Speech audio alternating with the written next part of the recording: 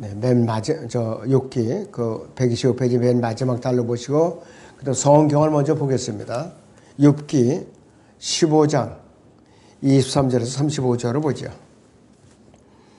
욥기 15장 23절에서 35절을 보겠습니다.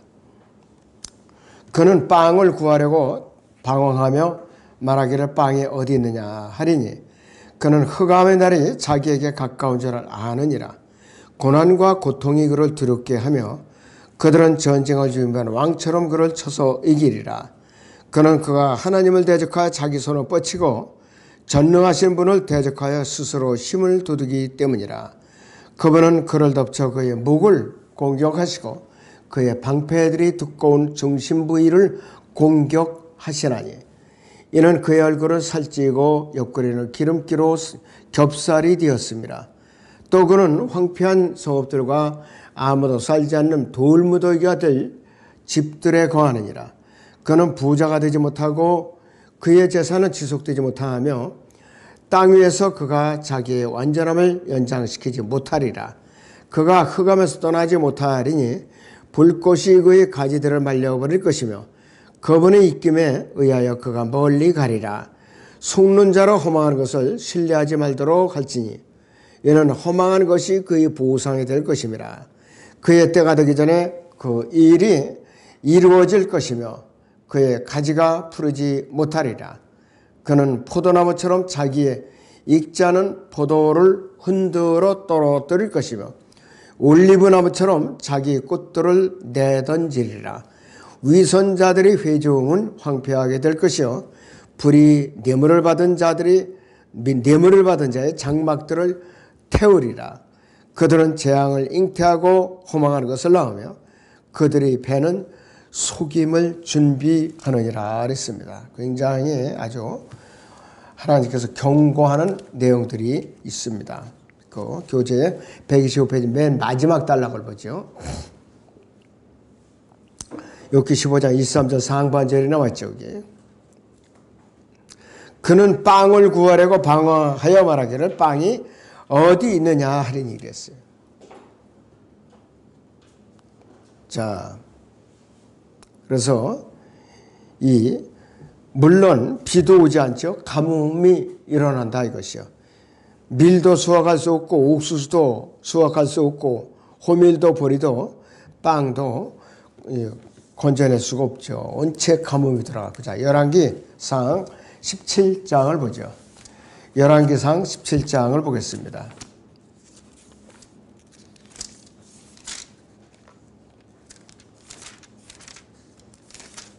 11절에서 12절을 봅니다.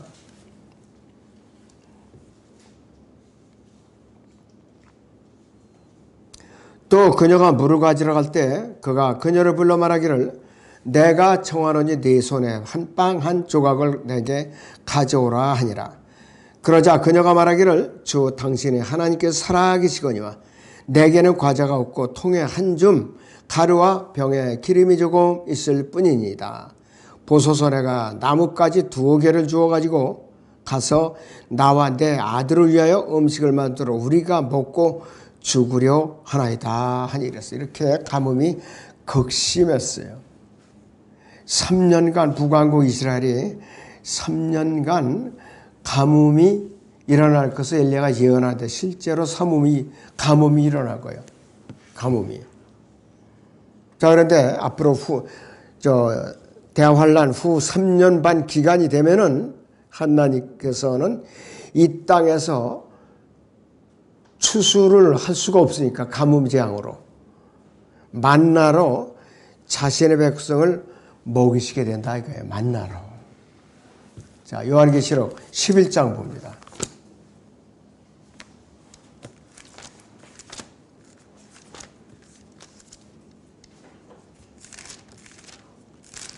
자, 요한계시록 11장을 봅니다.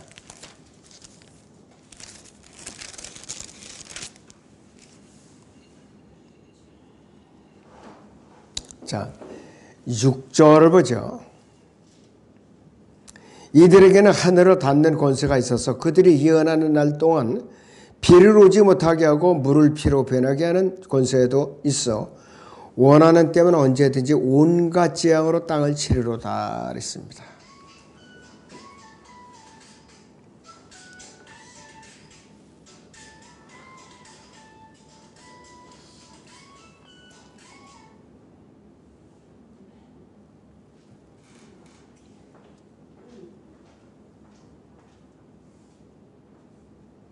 네, 그래갖고 온갖 원하는 때 언제든지 온갖 재앙으로 땅을 치리로다 그랬습니다. 앞으로 큰 대환란 기간에 이루어질 예언들이에요. 그래서 만나로 자신의 백성을 먹일 것이라고 이제 예언을 하셨는데 시편 74편 14절을 보죠.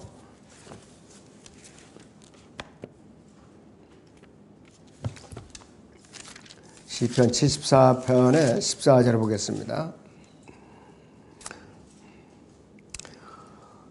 주께서는 리비아단의 머리들을 산산조각내서 그를 광야에 거하는 백성들에게 식물로 주셨느니라. 그래서 리비아단은 바로 이 셋째 하늘에 기품의 바다에서 꿈틀꿈틀대는 리비아단이죠. 그 사탄을 상징하는 것이죠. 또 여기서 시편 78편 24절을 보죠. 시편 78편 24절을 봅니다.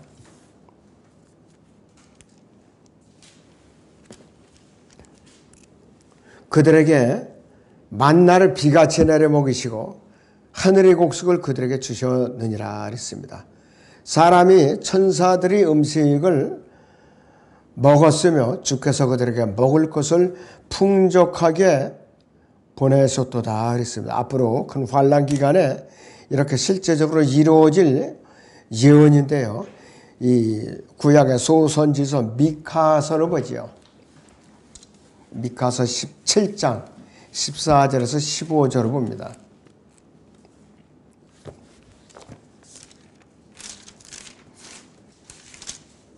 미카서 7장 14절에서 15절을 봅니다. 주의 백성을 주의 지팡이로 먹이소서 칼매를 한가운데 삼림 속에서 외로이 거하는 주의 유업의 양떼를 먹이소서 옛날처럼 바산과 길앗에서 그들을 먹이소서 이집트 땅에서 네가 나오던 날들과 같이 내가 그에게 놀라운 일들을 보여주리라 그랬는데 실제적으로 이 대환란 기간은 하나님께서 그들을 피트라로 피신을 시켜서 그들을 실제로 이제 먹이십니다. 요한계시록 12장 14절을 보죠. 자, 요한계시록 12장 14절을 보겠습니다.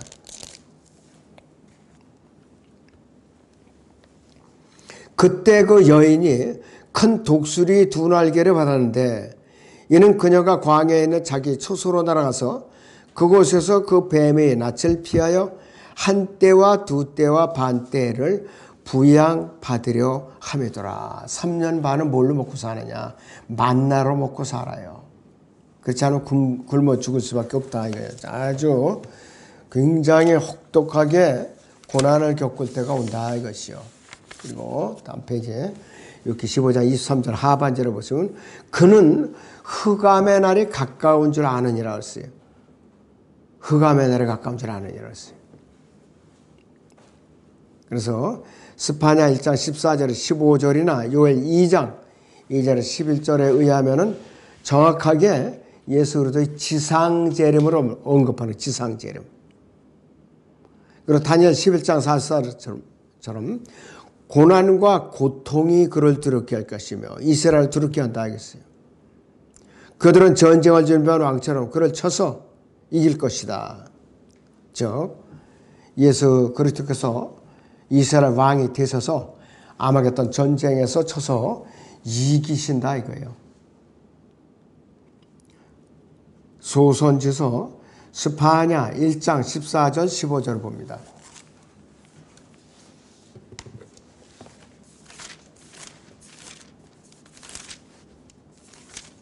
스파냐 1장 14절에서 15절 보지요.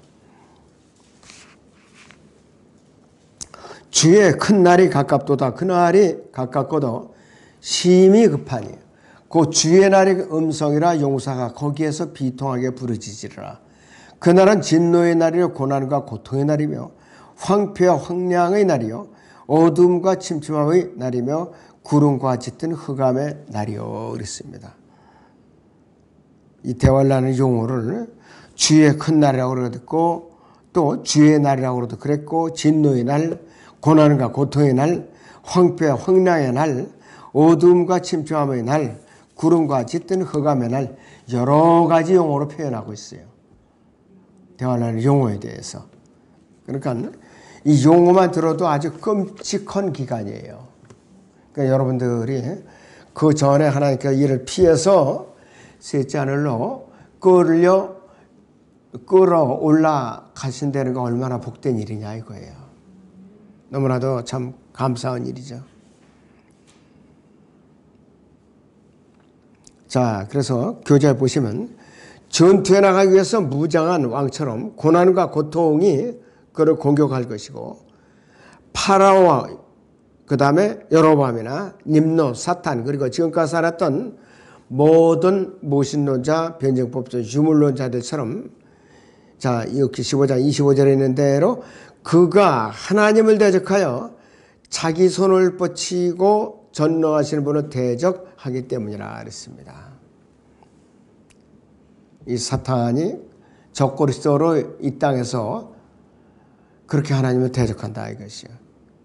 26절 상반절로 그분은 그를 덮쳐버린다 그랬어요. 하나님께서 반역자를 공격하시고 방패로 드러난 그의 목을 겨냥하신다. 그래서 이 목은 머리가 상할 때 잘려질 것이라고 했는데 이 그의 방패들이 두꺼운 중심 부위는 방패에서 돌출해 나온 금속으로 된 뾰족한 부분을 말하는 것이에요. 그래서 이 천년교의 사라센 이제 제국의 기사나 셀츠크 터키의 병사들은 이런 무장을 했다고 그래요. 병사의 허리쯤에 있는 중심부에 철로 된 배듭은 버클러라고 했는데 이것이 오늘날의 벨트버클이라고 그러죠. 벨트버클. 자, 이렇게 15장 27절에서 이는 그의 얼굴은 살찌고 옆구리는 기름기로 겹살이 되었음이라. 그러니까 초고도 비만증이에요. 이 사람은. 엄청난 비만증이라 이거예요. 영적으로 보면 실제적으로도 비만증 걸린 사람이 에글론 왕 있죠? 에글론 왕. 비만한 사람이었죠? 그래서 에훗이 종알에다가 단칼을 숨기고 들어와서 처음에는 이제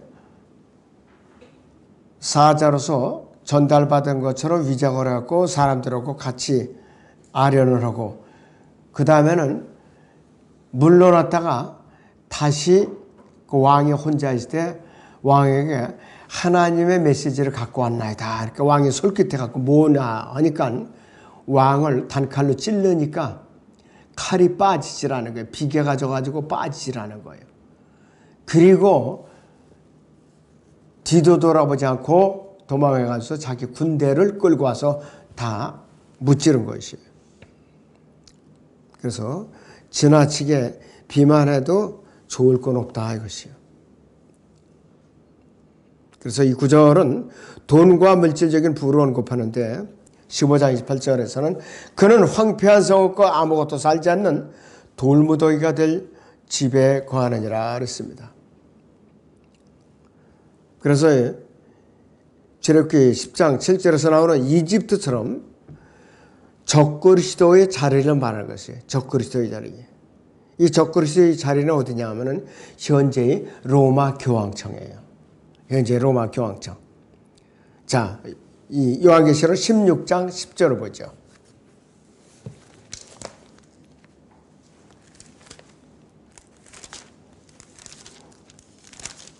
자, 요한계시록 16장 10절을 봅니다. 다섯째 천사가 자기 호려병을 짐승의 자리에 쏘더니 그의 왕국이 흑암에 가득 쌓이며 그들이 고통으로 인하여 자기 혀를 깨물고 자신들이 고통과 헌대로 인하여 하늘에 계신 하나님을 모독하되 자기들이 행위는 회개치 아니하더라 그랬습니다. 자, 요한계시록 18장 8절에서 10절을 봅니다. 저 17장을 먼저 보겠습니다. 요한계시록 17장 16절부터 18절 보죠. 요한계시록 17장 16절에서 18절을 봅니다. 네가 그 짐승에게 본 열불은 그 청년을 증오하며 그녀를 패망시키고 벌거벗기며 그녀의 살을 먹고 그녀를 불러 태우리라. 이는 하나님께서 자신의 뜻을 이루시려고 그들의 마음을 일치시켜 그들의 왕국을 그 짐승에게 주도록 하심이니 하나님의 말씀은 이루어질 때까지니라. 내가 본 그 여자는 땅의 왕들을 다스리는 큰 도성이라고 하더라 그랬습니다. 이 유럽연합이요, 로마 교황청에 7위권을 넘겨줘요. 잠시 동안. 그런데 자기들이 속은 것을 알고 화가 나갖고 로마 교황청을 완전히 멸망시키고 요 짐승의 적그리스도가 어디로 피신하느냐? 예루살렘으로 피신해와갖고 환란성전에 앉는 거예요. 그것이 데살로니가 후서 2장에 나오는 그 적그리스도를 말하는 것이에요. 자, 여기서 18장 8절에서 10절을 보죠. 18장 8절에서 10절을 봅니다. 이로 인하여 그녀의 재앙들이 하루 만에 닥치리니 죽음과 슬픔과 기근이여 또 그녀는 불로 완전히 태워지리니 이는 그녀를 심판하시는 주 하나님은 강하시기 때문이라. 그녀와 더불어 행엄하고 즐기며 살던 땅의 왕들이 그녀가 불에 타는 연기를 볼 때 그녀로 인하여 울며 애곡하리니 그들은 그녀가 당하는 고통이 두려워 멀리 서서 말하기를 슬프도다 슬프도다 큰 도성 바빌론이여 견고한 도성이여 일시에 너희 심판이 임하였구나. 이렇게 말을 하고 있는 것이에요. 로마 교황청을 상대로 많은 나라들이 무역을 하고 있어요. 많은 나라들이. 유럽연합을 말하는 것이에요. 묶인 유럽 블록을 갖다.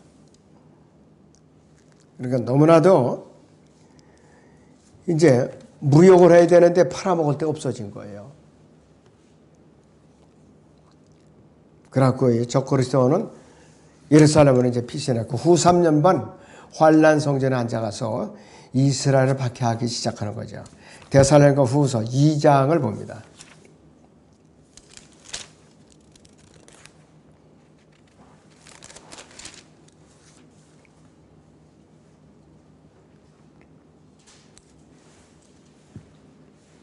자, 여기서 3절부터 보죠.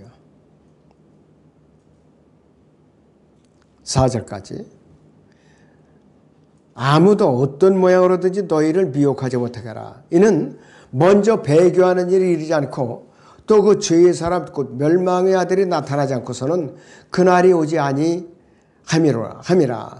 그는 대적하는 자며 또 하나님이라고 불리는 모든 것과 우상 숭배받는 대상 위에 자신을 높여 하나님의 성전에 앉아 하나님처럼 보여 자신을 하나님이라고 하느니라 그랬습니다. 그래갖고 요한계시록 6장 9절에 11절에 있는 것 같이 유대인들을 목을 쳐서 피의 제물을 받는 그런 짓을 하고 있는 거예요. 바로 엄청난 박해를 받는 거예요. 유대인들이 그때. 자, 교재 계속 보세요. 욥기 19장 29절에서 그는 부자가 되지 못하고 그의 재산은 상속되지 못하며 땅 위에서 그가 자기의 완전함을 연장시키지 못하리라. 적그리스도가 아무리 땅을 다 차지했어도 그는 비참하게 멸망을 당한다 이거예요. 예수님 지상 재림하시면은 그는 이제 불과 유황못에 던져지는 것이. 그래서 이 구절은 시편 52편이나 58편 요엘서나 스파냐서 오바데서 이사야 예레미야에 나오는 다른 환란을 향한 예언 구절들과 일치하는 것이에요. 자, 그 다음에 30절 상반절에 보면 불꽃이 그의 가지들을 말려버릴 것이며 그랬습니다. 그래서 적그리스도로 언급되는 거예요. 적그리스도는 가지로서 언급이 되고 있어요. 가지. 예스겔 31장 8절을 보죠. 여기서. 에스겔 31장 8절을 보겠습니다.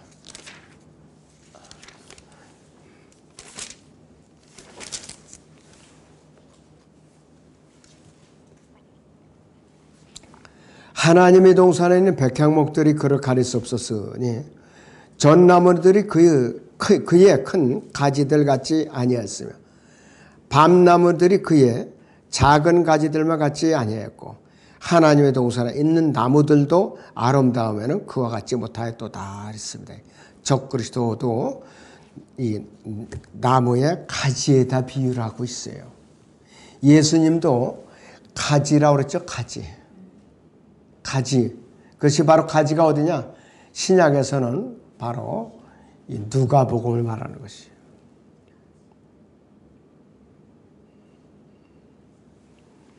자, 그래서 그는 그의 포도와 올리브를 잃게 된다 그랬습니다. 그의 포도는 분노의 포도라고 했어요. 그의 올리브는 기름 부을 때 쓰는 기름을 하는데 적그리스도도 기름 부음을 받아요. 누구에서? 사탄에 의해서. 그의 회중은 위선자들로 구성되어 있고 이들은 참석 인원을 늘리기 위해서 뇌물을 받으며 또 데살로니가 후서 1장 7절 8절에 의하면 불에 타버릴 것이라 했습니다. 자, 데살로니가 후서 1장 7절에서 8절을 보죠.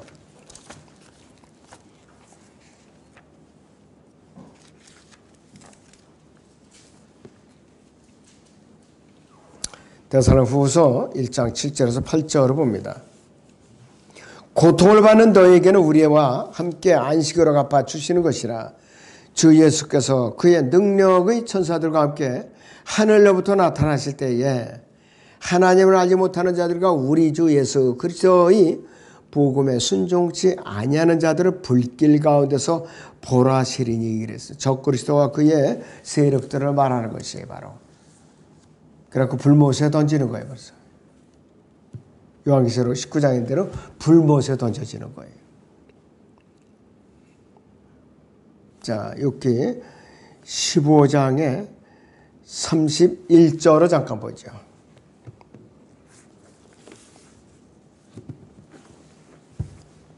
속는 자는 허망한 것을 신뢰하지 말도록 할지니 이는 허망한 것이 그의 보상이 될 것입니다. 그랬습니다. 악인들에게 적용할 수가 있다고 그랬죠. 그래서 욥기 15장 20절에서 35절 문맥 전체에는 적그리스도를 언급하고 있는 것이요. 그래서 욥기 15장 31절이나 35절은 굉장히 의미 자체가 명확하기 때문에 따로 해석을 할 필요도 없는 것이에요. 험한 것을 심으면 험한 것을 거두게 되죠.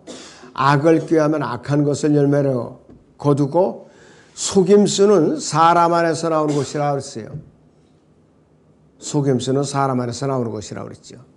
그리고 욥기 15장 35절에 다시 봅니다.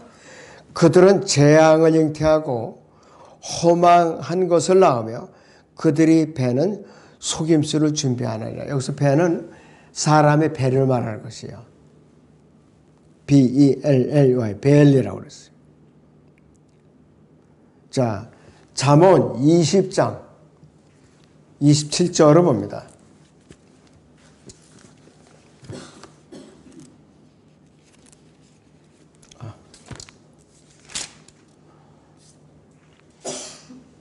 잠언 20장 27절에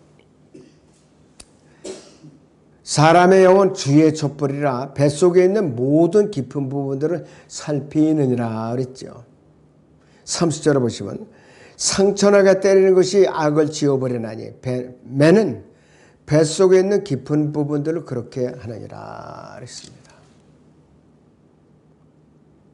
그러더니 옛날에는 조선시대에는 죄인들을 공개적으로 사람들을 불러 모아놓고 이 형틀에다 묶어놓고 볼기를 쳤어요.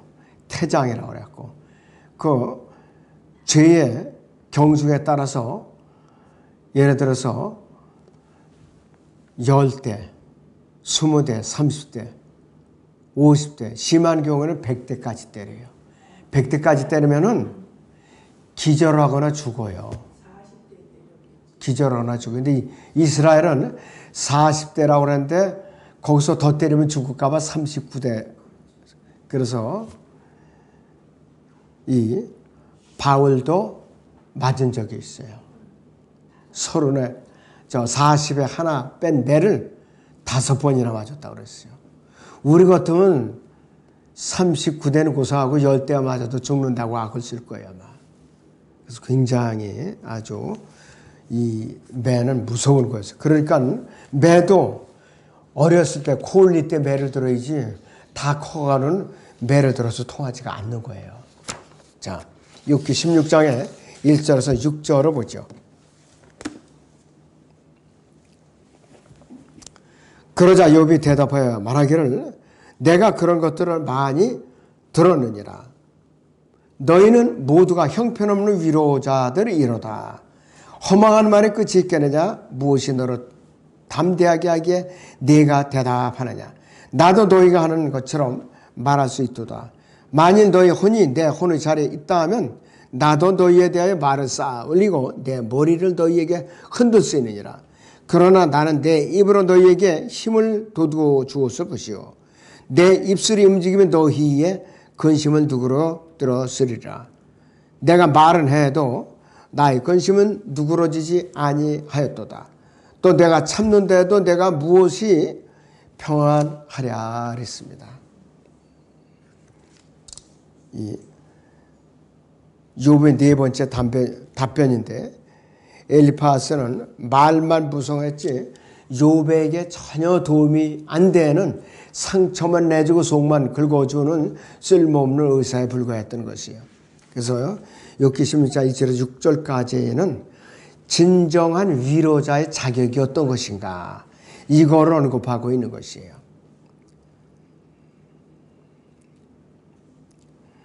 자, 그래서 누군가가 사악하다면 바로 그를 박해하는 사람이 사악한 사람일 수밖에 없죠.